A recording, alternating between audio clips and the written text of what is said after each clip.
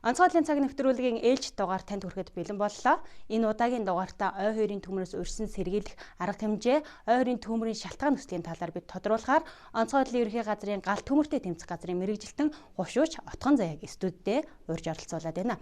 Ер нь өнөөдрийн байдлаар ой хоёрын төмрийн нөхцөл байдал бас ямар байна? Хураашилтын өдрүүд үргэлжилсэн хэвээр байна шүү дээ. Өнөөдрийн байдлаар Монгол улсын хэмжээнд 50 удаагийн ой хоёрын төмрийн тохиолдол бүртгэгдээд байна. За энэ тохиолдлууд маань бол 10 аймгийн 25 сумд бүртгэгдсэн байна. 480 орчим га талбай хүртсэн байгаа. За нийтдээ 50 төмрийн маань 43 удаагийн төмөр нь бол зөвхөн 4-р сард бүртгэгдсэн.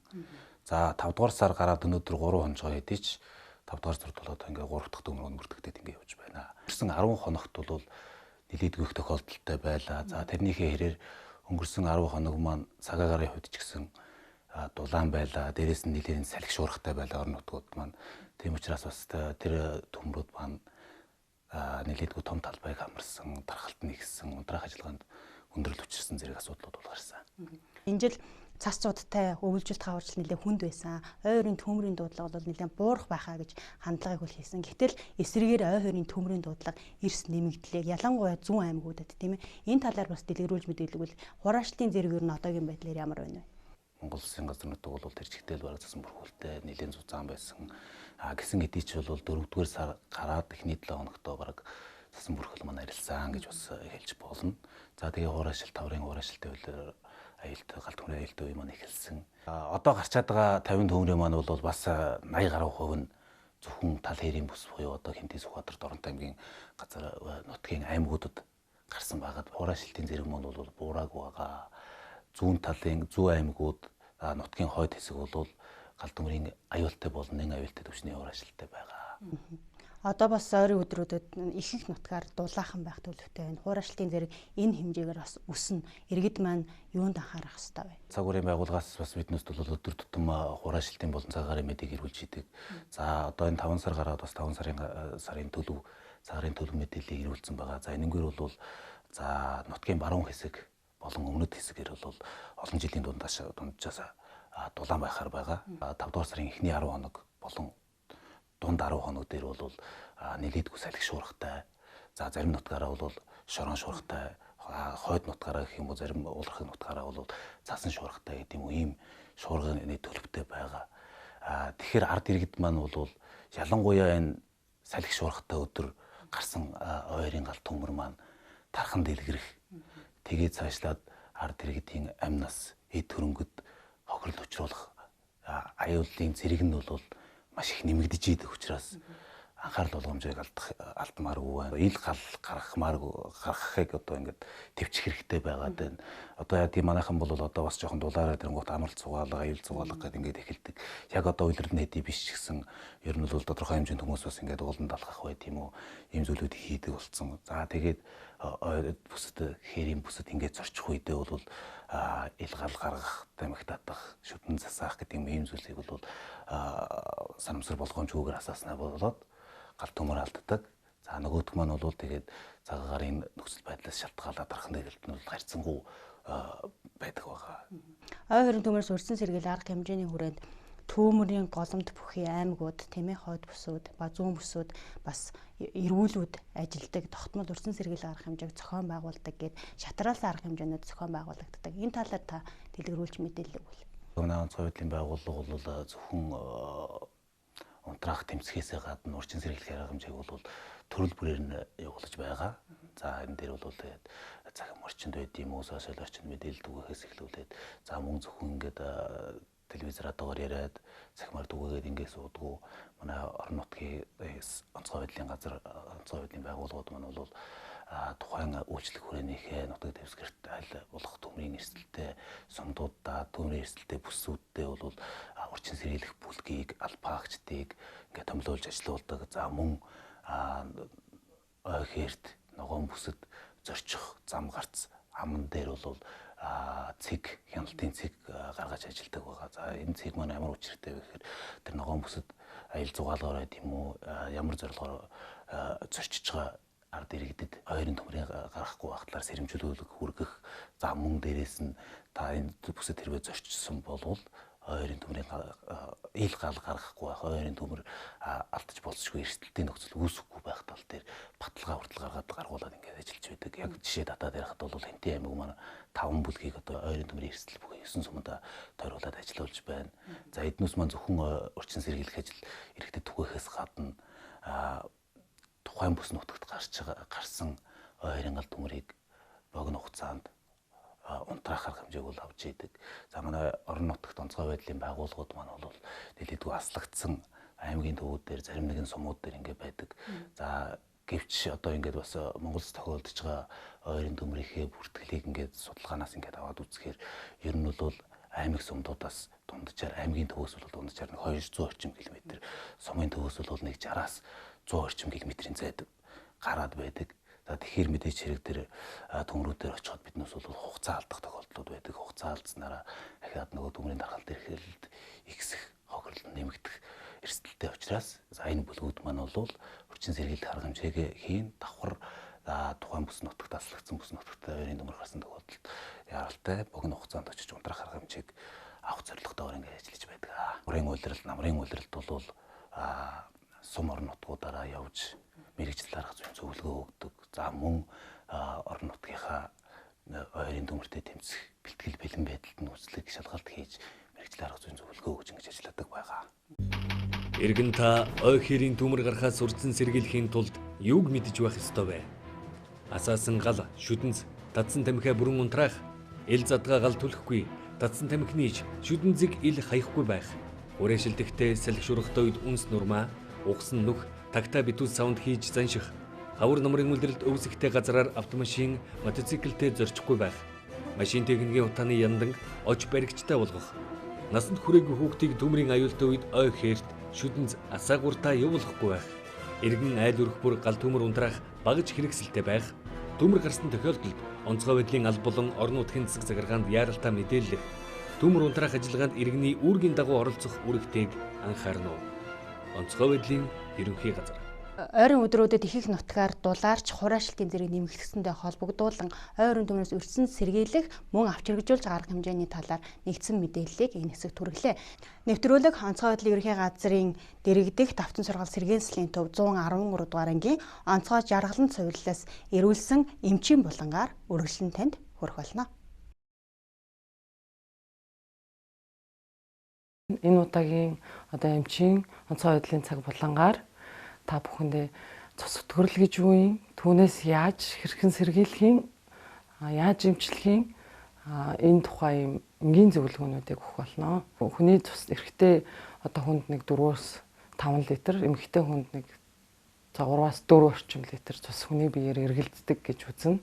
За тэгэхээр цус өөрөө дотроо цагаан улаан эс, дээрээс нь ялцс эс гэх мэтчлэн цусны бүрэлдэхүүн эсүүдээс бүрддэг. Эргээд ингээ шингэн юм нэгсэн шингээ эрхтэн гэсэн. Цус өтгөрлө гэдэг нь ерөөсөө нэг хүний хөдөлгөөн тасгал, за хоол ундны байдал, за нэг халуун шарсан, хайрсан, кимчи нэг хорт зуршлууд байна. Ялангуяа тамхи байна. Тамхинаас шалтгаалж болж байна. Архи тарсны хэрэглээ байж болж байна.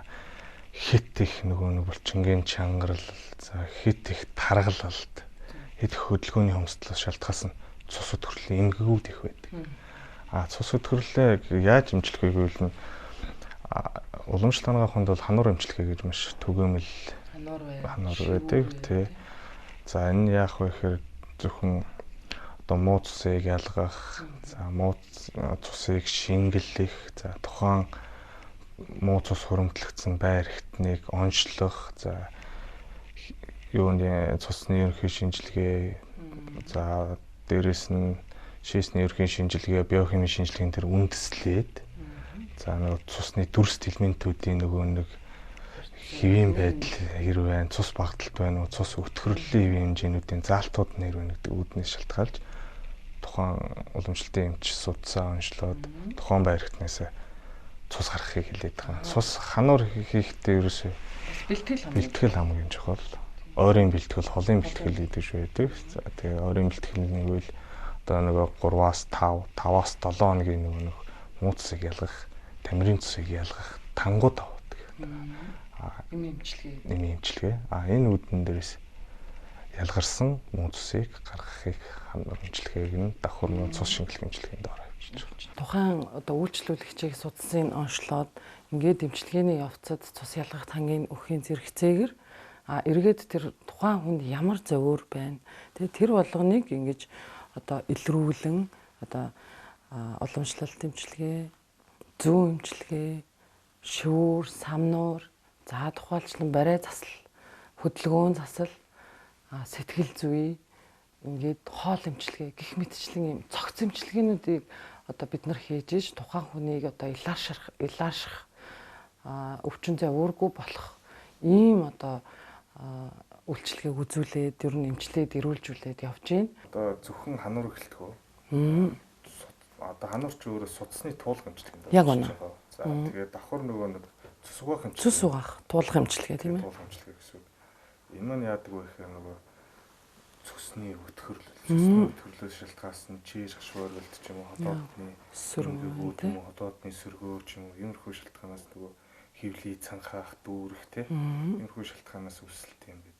Цусны туулга эмчилгээг бол давхар нөгөө бас туулах эмчилгээнд орж байгаа учраас нөгөө давхар хотоод бүдүүн гиц нарийн гиц давхар угаагч идэг цус өөрөө шингэрж идэг цус ч өөрөө өөх төсний ферментээр өөрөө үйл ажиллагааг явуулдаг учраас сүүлийн үеийн залуучууд бол ерөөсөө өөх төсний хэрэглээ маш багассан байна. Энэс үүдэлтэй цус өтгөрлийн хам шинжүүд их ирж байна. Ялангуяа энэ одоо чиглэг нойтон газрын байрлалзан газраас шалтгаалсан эмгэг өөрчлөлтүүд бас байна.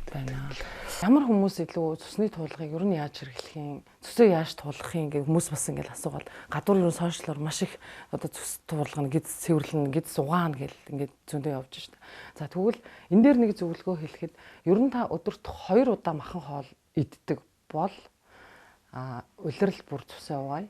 Өдөрт 1 удаа махан хоол иддэг бол нэг 6 сартаа нэг тий цусыг туулгаад сайхан гизээ угаагаад явчих юм бол бас юм одоо дараагийн нөгөө илрэх юм хам шинж дээрээс нь юм өвчлөөс урьдчилан сэргийлж чаднаа гэж бас зөвлөмөр байна. Манай сэргийн засах жаргалант зөвлөлийн онцлог бол цогц эмчилгээний байдаг. Ялдж байгаа албаагчдын гол дийлэнх нөгөө зөвөрүүд болохоор бөөр нурууны асуудал дийлэнх байна. Зүрх судасны асуудал байна. За цаашлаад залуучуудын одооны залуучуудын нөгөө илэг цэснэ өөрчлөх асуудлууд маш өндөр өрсөлдөж харагдаж байна. Энэ юунаас үүдэлтэй вэ гэхээр одоо нөгөө ковидын дараах нөгөө вакцин, за энэ томуу тус төвчний нөгөө нэг баг зэргийн өрөвслүүдийг нөгөө нэг дутуу явсноос антибиотикийн хэрэглээ, эмийн хэрэглээ буруу хэрэглэснээс шалтгаалсан эмгэгүүд байдаг учраас энэ хаана очих вэ гэхээр нөгөө цус өтгөрлөлтөөр ч болоод байгаа байхгүй. Ялангуяа тамхи таталтын судасны хааны хатуурах тэгээд цусандах нөгөө одоо суугаа хөдөлгөөний хомсдлоо шалтгаалсан цусандах бодисын солилцоон дотгон төлөө өгдөд ирэх нөгөө цусандах үг хансан үгтэй санааг үгтэйс нь илүүдлээс шалтгаалсан цус өтгөрлийн хам шинжүүд байгаа учраас дийлэх юм хануур эмчилгээ бол маш үр дүн өгдөг байлгаж. Шингэний харьцаа бас маш их чухал байдаг. Тэгэхээр та одоо 60 кг-тай гэж бодъё л доо. Тэгвэл 40-оор үржүүлээд 2.4 литр усыг өглөө 7-оос орой 7 цагийн хооронд одоо ууж хэрэглэхний энэ нь зөвхөн таны одоо бодисын солилцоог хэвэн явуулах ус. Энээс илүү одоо шингэний юутай хамаарал одоо жишээ нь өөхөө хайлуулъя гэсэн хүн бол усаа төлхөө авах нь байна. Тэгээд дээрэс нь одоо манай алба хаагчд бол маш их нөгөө одоо гал руу тий ингээд нөгөө орхолоор маш халуун дээрэс нөгөө тэр чинь нэг ийм ажиллагаа явагдаж байгаа учраас дараа нь шингэний асуудал маш их одоо дутагддаг учраас шингэн зүйлийг одоо илүү төлхөө хэрэглээрээ. За шингэн зүйлд юу ороод ах юм бэ гэхээр ус одоо ногоон цай эсвэл одоо хар цай ч юм ийм ороод байгаа болохоос биш ундаа жуус одоо бусад төрлийн одоо шингэн зүйл бол орохгүй шүү гэдгийг би анхааруулж хэлмээр байна. Энэ 5 дугаар сард цагуур ямар байх талаар цагуурын өрсөн төлөвийг цагуур орчны шинжилгээний газрын мэргэжилтэн жаргалан танилцуулахаар хүрэлцэн ирсэн байна. Та бүхэн цагаагаархаа мэдээллийг өдөрт цаг тутамд хүлээн авч амьдрал ахуйдаа хэрэгжүүлэн болцшгүй эрслээс өрсөн сэргийлийг мөн давхар анхааруулж байна. За энэ жилийн 5 дугаар сарын хувьд агаарын температур баруун аймагуудын нутгаар буюу одоо Баяуулгын, Увс, Ховд, Завхан, говьлтай Баян онгорын ихэнх нутаг, Өвөр хангаан баруун өмнөд хэсэг, өмнө говийн баруун хэсгээр олончлын дундчаасаа дулаан, за харин одоо нутгийн зүүн өмнөд хэсэг буюу Сүхбаатарын нутаг, Дорндын өмнөд хэсгээр олончлын дундчаасаа баг зэрэг Сэрүүхэн, за бусад нутгаар дундчаа орчин байхын төлөв гарсан. За хурд тонцны хувьд бол одоо Хөвсгөл, Архангаа, Булган, Сэлэнгийн нутаг буюу одоо газар тариалангийн бүс нутгаараа олончлын дундчаасаа ахиу, за Дорн говийн бүс нутгаар олончлын дундчаасаа баг, бусад нутгаар дундчаа орчин байхын төлөв гарсан байгаа. За муудлагын үеийг үзэх юм бол за 1-р 10 хоногийн дунд үе буюу 4-өөс одоо хангаа Хөвсгөлийн уулархуу нутаг, 5-ндаа Орхон Сэлэнгийн сав, за Туул голын сав газар, говийн нутгийн зүүн хэсгээрээ бороо уулархын нутгаараа нойтон цас орохын төлөвт байгаа. За цаашдаа одоо 7-8-ны үеэр бол дахиад эргээд баруун талаасаа буюу Баруун болон Төвийн аймагуудын нутгийнхаа хойд хэсгээрээ за 9-10-даа нутгийн зүүн хагасдаа гээд 11-12-нд нутгийн зүүн хэсгээрээ мөн одоо бороо уулархын нутгаар нойтон цас орох төлөвт байгаа. За дээрх үеүүдэд одоо салхи шуурганы хувьд бол зэрэхээр 6-даа одоо Алтаа салбар улсаараа 7-8-нд бол одоо говь тал хээрийн бүс нутгаараа 9, 10, 11-ний үеүүдэд буюу одоо 1-р 10 хоногийн сүүлж 2-р 10 хоногийн ихэнх үеүүдээр бол нутгийн зүүн хэсгээрээ салхи шуургатай. За салхины хурд нэг 15-аас 17 м/сек хүрч шорон шуургах юм төлөвт байгаа. За агарын температурын хувьд болохоор 6-7-нд одоо нэмж их нутгаараа дулаарах юм төлөв ажиглагдж байгаа. За харин за 8-9-ний үеэр буюу одоо дээрх муудалтын үеүүдээр нутгийн хойд хэсгээрээ за 10-11-ний үеээр нутгийнхаа зүүн хойд хэсгээр одоо баг зэрэг сэрүүсэх юм төлөв гарсан байна. За дээрх үеүүдийнхаа одоо наривчлсан урьдчилсан мэдэн дээр илүү нарийн одоо хаагур шуурах уу, температур одоо хэд хүрч сэрүүсэх үү гэдэг мэдээллүүд наривчлагдах учраас одоо наривчлсан урьдчилсан мэдэндээ илүү анхаарлаа хандуулахыг зөвлөж байна. Онцгой байдлын байгууллагад бүртгэгдэж байгаа ой хоёрын төмрийн дуудлага нэмэгдэх хандлагатай байна. Тиймээс иргэн бүр ой хоёрт явахдаа галын айлгүй байдлыг сайтар хангаж ой хоёрын төмрөөс урьдчилан сэргийлэх арга хэмжээг хэрэгжүүлэхийг уриалж байна. Онцгой байдлын цаг нэвтрүүлэгтээ хамт байсан үзэгч та бүхэнд баярлалаа. Дараагийн дугаар хүртэл баяртай үзэгчтэй.